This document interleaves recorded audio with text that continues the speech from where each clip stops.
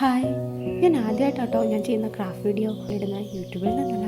ഞാൻ പബ്ലിക്കായിട്ട് ആദ്യമായിട്ട് ഇടുന്നത്. ഞാൻ ചുമ്മാതിരുന്ന പ്രിൻട്രസ്റ്റ് നോക്കിയപ്പോൾ അതിനകത്തൊരു ഗണപതിയുടെ പടം കണ്ടു. ഞാൻ കരുതി അതൊന്ന് ചെയ്ത് നോക്കാം. പക്ഷെ അതേപോലെ തന്നെ ചെയ്യാനുള്ള മെറ്റീരിയൽസോ ക്ലേയോ ഒന്നും എൻ്റെ ഇല്ലാത്തതുകൊണ്ട് ഞാനതൊന്ന് മാറ്റി പിടിച്ചിട്ട് വേറെ രീതിയിൽ ചെയ്യാമെന്ന് കരുതി. അതിനകത്ത് അവർ കാണിച്ചിരിക്കുന്നത് ഒരു സ്ക്വയർ ഷേപ്പിലായിരുന്നു. പക്ഷെ ഞാൻ ഇതിനകത്ത് സർക്കിൾ ഷേപ്പിലാണ് ചെയ്യുന്നത്. ഒരു പാത്രം വെച്ചിട്ട് ഞാൻ ആദ്യം ഒരു സർക്കിൾ ഷേപ്പ് വരച്ചു. പിന്നെ ഇതെൻ്റെ ഫസ്റ്റ് അറ്റംപ്റ്റ് ആണ്. ക്രാഫ്റ്റ് വർക്ക് ഒക്കെ ചെയ്യുമെങ്കിലും ഒരുപാട് ഇഷ്ടമാണെങ്കിലും ഞാൻ ഇതുവരെ വീഡിയോ ഒന്നും എടുത്തിട്ട് ഇങ്ങനെ അപ്ലോഡൊന്നും ചെയ്തിട്ടില്ല. ഫസ്റ്റ് ടൈമാണ് ഞാനിത് അപ്ലോഡ് ചെയ്യുന്നത്. ആദ്യം കട്ട്ബോർഡിൽ വരച്ച ഷേപ്പിലൊന്ന് കട്ട് ചെയ്തെടുക്കണം. വീഡിയോയിൽ ഞാൻ സ്പീഡിൽ ചെയ്യുന്ന പോലെ തോന്നുന്നു കേട്ടോ. നല്ല പാടാട്ടോ ഇങ്ങനെ കാർഡ്ബോർഡ് കട്ട് ചെയ്തെടുക്കും. പിന്നെ എനിക്കൊരു റിക്വസ്റ്റ് ഉണ്ട്, ഈ വീഡിയോ കാണുന്നവരെല്ലാം ഒന്ന് ലൈക്ക് ചെയ്യണേ ഇത്. പിന്നെ ഈ കാർഡ്ബോർഡിൻ്റെ എഡ്ജെല്ലാം ഒന്ന് ഞാൻ കട്ട് ചെയ്തെടുക്കുന്നുണ്ട്. കാർഡ്ബോർഡ് നന്നായി റൗണ്ടിൽ കട്ടൊക്കെ ചെയ്ത് കഴിഞ്ഞിട്ട് ഞാൻ ആ ഗണപതിയുടെ പടം ഒന്ന് ചെറുതായിട്ട് ഔട്ട്ലൈൻ പോലെ വരച്ചു കൊടുക്കുന്നുണ്ട്. അത് ബേസ് ചെയ്തിട്ടാണ് നമ്മൾ മോൾഡ് ഇതിനകത്ത് ഒട്ടിച്ച് കൊടുക്കുന്നത്. ഞാൻ ഇതിനകത്ത് ഫെവിഗ്രിലിൻ്റെ മോൾഡാട്ടോ യൂസ് ചെയ്യുന്നത്.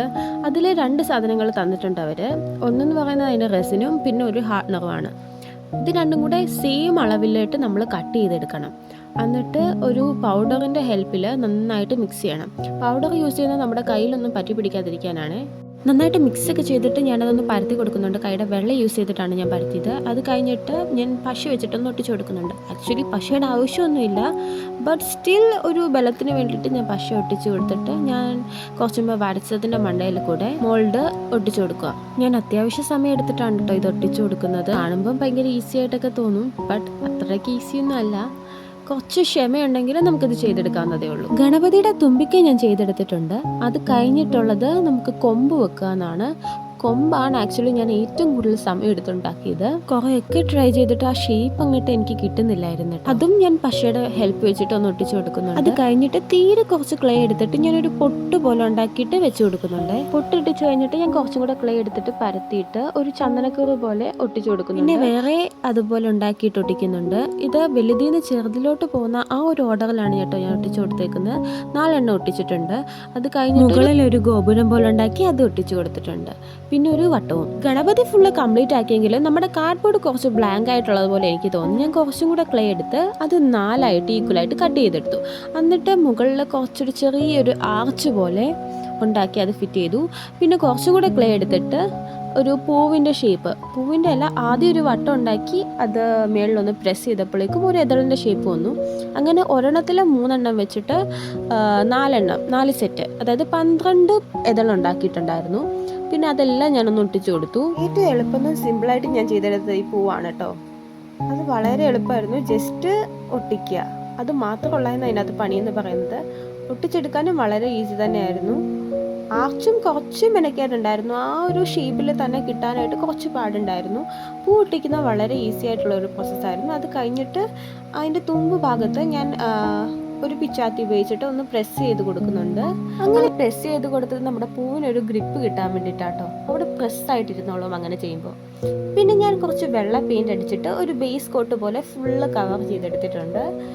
ആക്ച്വലി ഇങ്ങനൊന്നും അല്ല പെയിന്റ് ചെയ്യേണ്ടത്, അതെനിക്കറിയാം. ഇങ്ങനെ ചെയ്യുന്നതിന് 2 റീസൺ ഉണ്ട്. ഒന്നെന്ന് പറയുന്നത് ഞാൻ കുറേ നാളായി പെയിന്റ് ഒക്കെ ചെയ്തിട്ട്, അപ്പോൾ ഞാൻ എങ്ങനെയാണ് ആക്ച്വലി ചെയ്യേണ്ടതെന്നുള്ളത് മറന്നും പോയിട്ടുണ്ട്.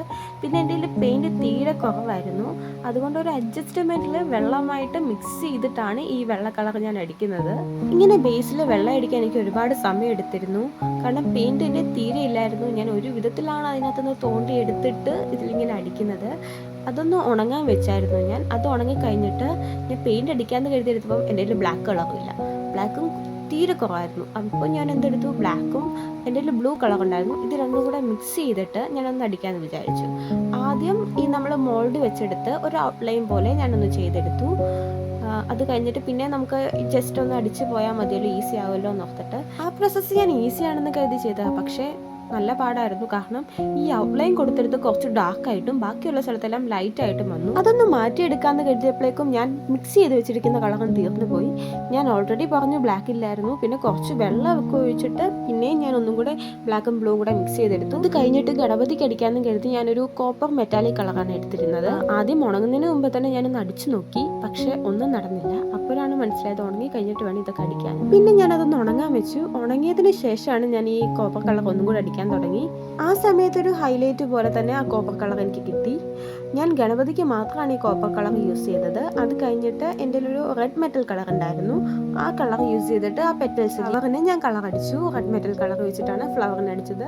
ഒരു കോട്ട് അടിച്ചിട്ടൊന്നും കളർ വന്നില്ല. അപ്പോൾ എല്ലാ ഇതിലും 2-3 കോട്ട് വെച്ചിട്ട് ഞാൻ അടിച്ചു കൊടുത്തിരുന്നു. ആദ്യത്തെ കോട്ട് ഉണങ്ങിയില്ല, രണ്ടാമത് അടിച്ചു, പിന്നെയും അടിച്ചു. അപ്പോൾ അങ്ങനെയാണ് ഞാനൊന്ന് സെറ്റാക്കി എടുത്തത് മെറ്റൽ. അത് കഴിഞ്ഞ് ആർച്ച് പോലുള്ളത് എന്ത് ചെയ്യുമെന്ന് വിചാരിച്ചിരുന്നപ്പോഴാണ് ഞാനൊരു പച്ച കളർ കണ്ടത്. ആ പച്ചയും ഞാൻ ആ കോപ്പറും എടുത്തൊന്ന് മിക്സ് ചെയ്തു. എന്നിട്ടൊരു സ്റ്റെമ്മ് പോലെ ആർച്ചൊന്ന് കളർ ചെയ്തെടുത്തിട്ടുണ്ട്. അത് കഴിഞ്ഞിട്ട് ഞാൻ എല്ലാ സ്റ്റെമ്മിലും ഒരു 2 ലീഫ് വെച്ച് വരച്ചു കൊടുത്തു. പക്ഷേ ഓപ്പോസിറ്റ് സൈഡ് വന്നപ്പോഴേക്കും ഇത് ലീഫ് ആണെങ്കിൽ താഴോട്ടായിപ്പോയി. അത് എൻ്റെ കയ്യിൽ നിന്ന് വന്നൊരു മിസ്റ്റേക്ക് ആണെങ്കിലും അത് ഞാൻ മാറ്റാനൊന്നും നിന്നില്ല. ബട്ട് ഓവറോൾ ആയിട്ട് എനിക്ക് ഈ ആർട്ട് ഒരുപാട് ഇഷ്ടമായി. നിങ്ങളുടെ അഭിപ്രായം ഒന്ന് കമൻറ്റ് ചെയ്തേക്കണേ.